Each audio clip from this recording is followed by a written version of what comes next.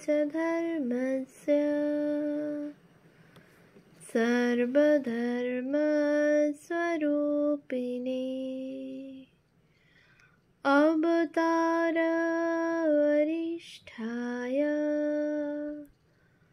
रामकृष्णाय ते नमः। শ্রী শ্রী রামকৃষ্ণ কথামৃত দ্বিতীয় খণ্ড। তব কথামৃতং তপ্ত জীবনং কবিভিরীরিতং কলমশাপহম শ্রবণমঙ্গলং শ্রীমদাততং ভুবি গৃণন্তি ये ভুরিদা জনা। শ্রীমদ্ ভাগবত গোপী গীতা, পৃষ্ঠা সংখ্যা 925, ষষ্ঠ পরিচ্ছেদ।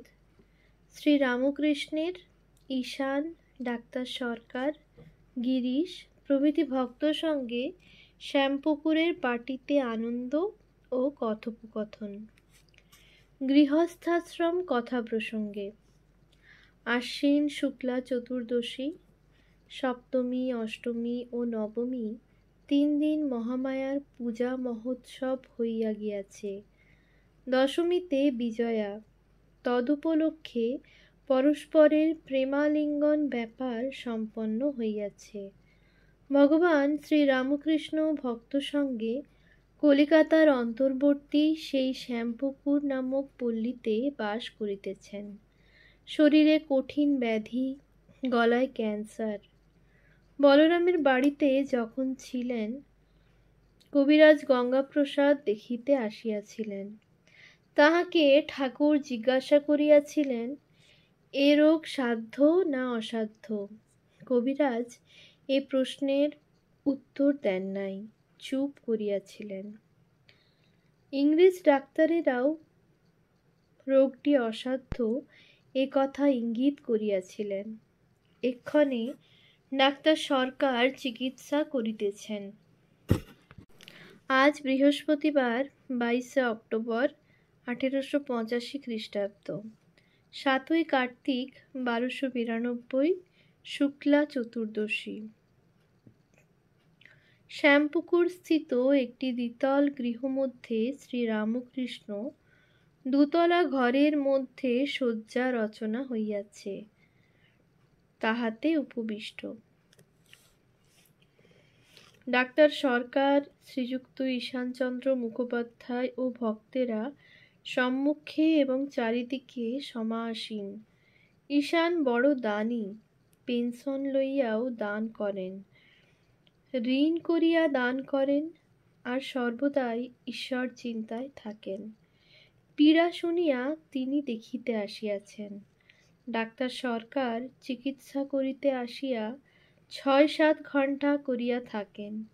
শ্রী রামকৃষ্ণকে সাতিশয় ভক্তি শ্রদ্ধা করেন ও ভক্তদের সহিত পরম আত্মীয়ের ন্যায় ব্যবহার করেন।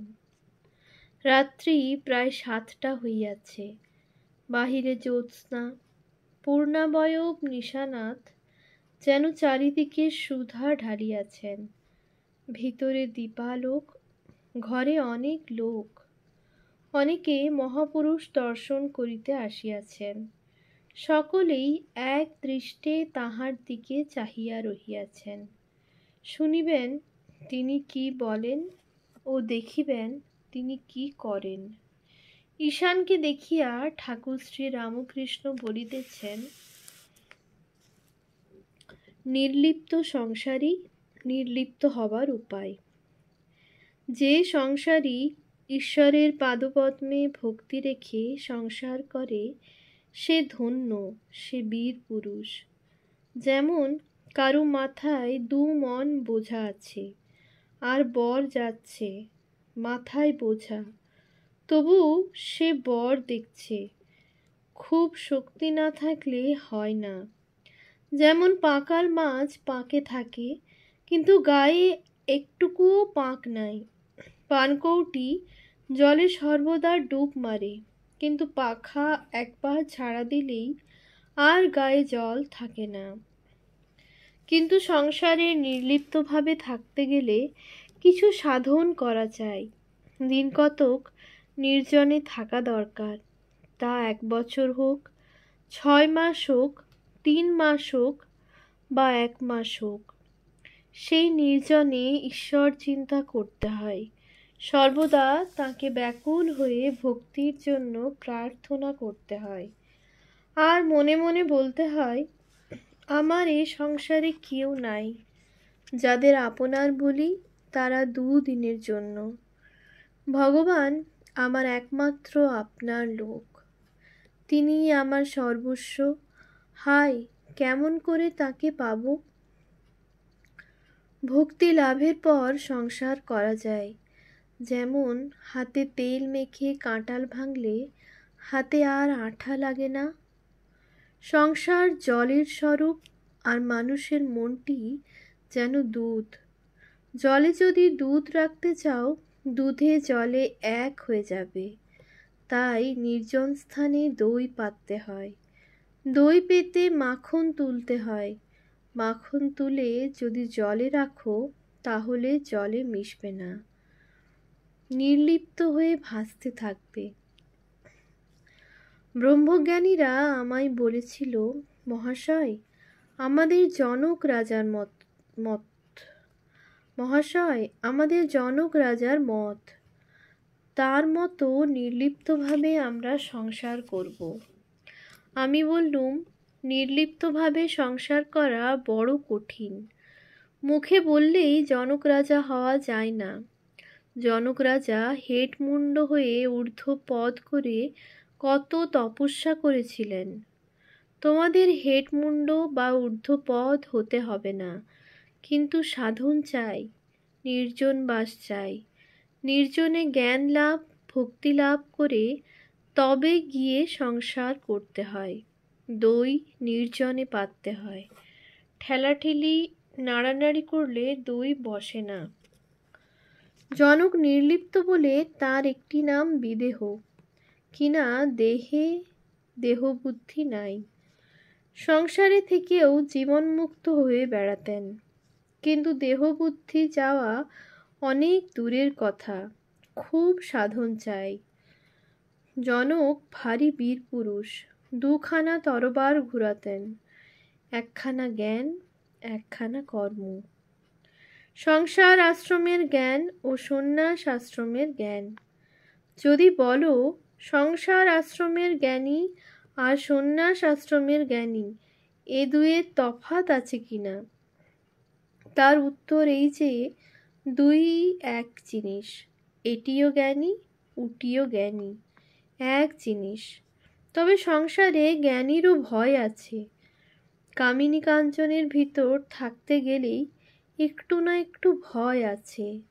কাজলের ঘরে থাকতে গেলে যত শিয়ানাই হও না কেন, কালো দাগ একটু না একটু গায়ে লাগবেই।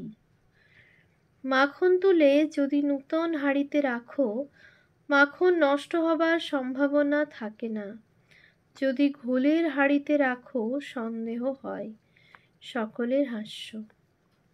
খই যখন ভাজা হয়, 2-4টে খই খোলা থেকে টপ টপ করে লাফিয়ে পড়ে। সেগুলি যেন মল্লিকা ফুলের মতো, গায়ে একটু দাগ থাকে না। খোলার উপর যেসব খই থাকে, সেও বেশ খই, তবে অত ফুলের মতো হয় না, একটু গায়ে দাগ থাকে। সংসার ত্যাগী সন্ন্যাসী যদি জ্ঞান লাভ করে, তবে ঠিক এই মল্লিকা ফুলের মতো দাগ শূন্য হয়। আর জ্ঞানের পর সংসার খোলায় থাকলে একটু গায়ে লালচে দাগ হতে পারে। সকলের হাস্য। জনক রাজার সভায় একটি ভৈরবী এসেছিল। স্ত্রীলোক দেখে জনক রাজা হেট মুখ হয়ে চোখ নিচু করেছিলেন। ভৈরবী তাই দেখে বলেছিলেন, হে জনক, তোমার এখনো স্ত্রীলোক দেখে ভয়? পূর্ণ জ্ঞান হলে 5 বছরের ছেলের স্বভাব হয়। তখন স্ত্রী পুরুষ বলে ভেদ বুদ্ধি থাকে না। যাই হোক, যদিও সংসারের জ্ঞানীর গায়ে দাগ থাকতে পারে, সে দাগে কোনো ক্ষতি হয় না। চন্দ্রে কলঙ্ক আছে বটে, কিন্তু আলোর ব্যাঘাত হয় না। জ্ঞানের পর কর্ম, লোক সংগ্রহার্থ। কেউ কেউ জ্ঞান লাভের পর লোকশিক্ষার জন্য কর্ম করে, যেমন জনক ও নারদ আদি। লোকশিক্ষার জন্য শক্তি থাকা যায়। ঋষিরা নিজের নিজের জ্ঞানের জন্য ব্যস্ত ছিলেন।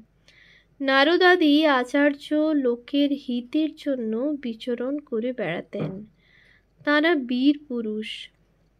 হাওয়াতে কাঠ যখন ভেসে যায়, পাখি একটি বসলে ডুবে যায়, কিন্তু বাহাদুরি কাঠ যখন ভেসে যায়, তখন গরু, মানুষ, এমনকি হাতি পর্যন্ত তার উপর যেতে পারে।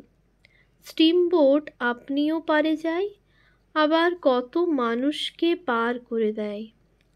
নারদাদি আচার্য বাহাদুরি কাঠের মতো, স্টিমবোটের মতো। কেউ খেয়ে গামছা দিয়ে মুখ মুছে বসে থাকে, পাছে কেউ টের পায়। সকলের হাস্য। আবার কেউ কেউ একটি আম পেলে কেটে একটু একটু সকলকে দেয়, আর আপনিও খায়।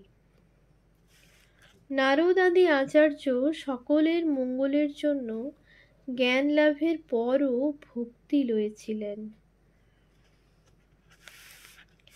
ওম শান্তি শান্তি শান্তি। হরি ওম তৎসৎ। শ্রীরামকৃষ্ণার্পণমস্তু।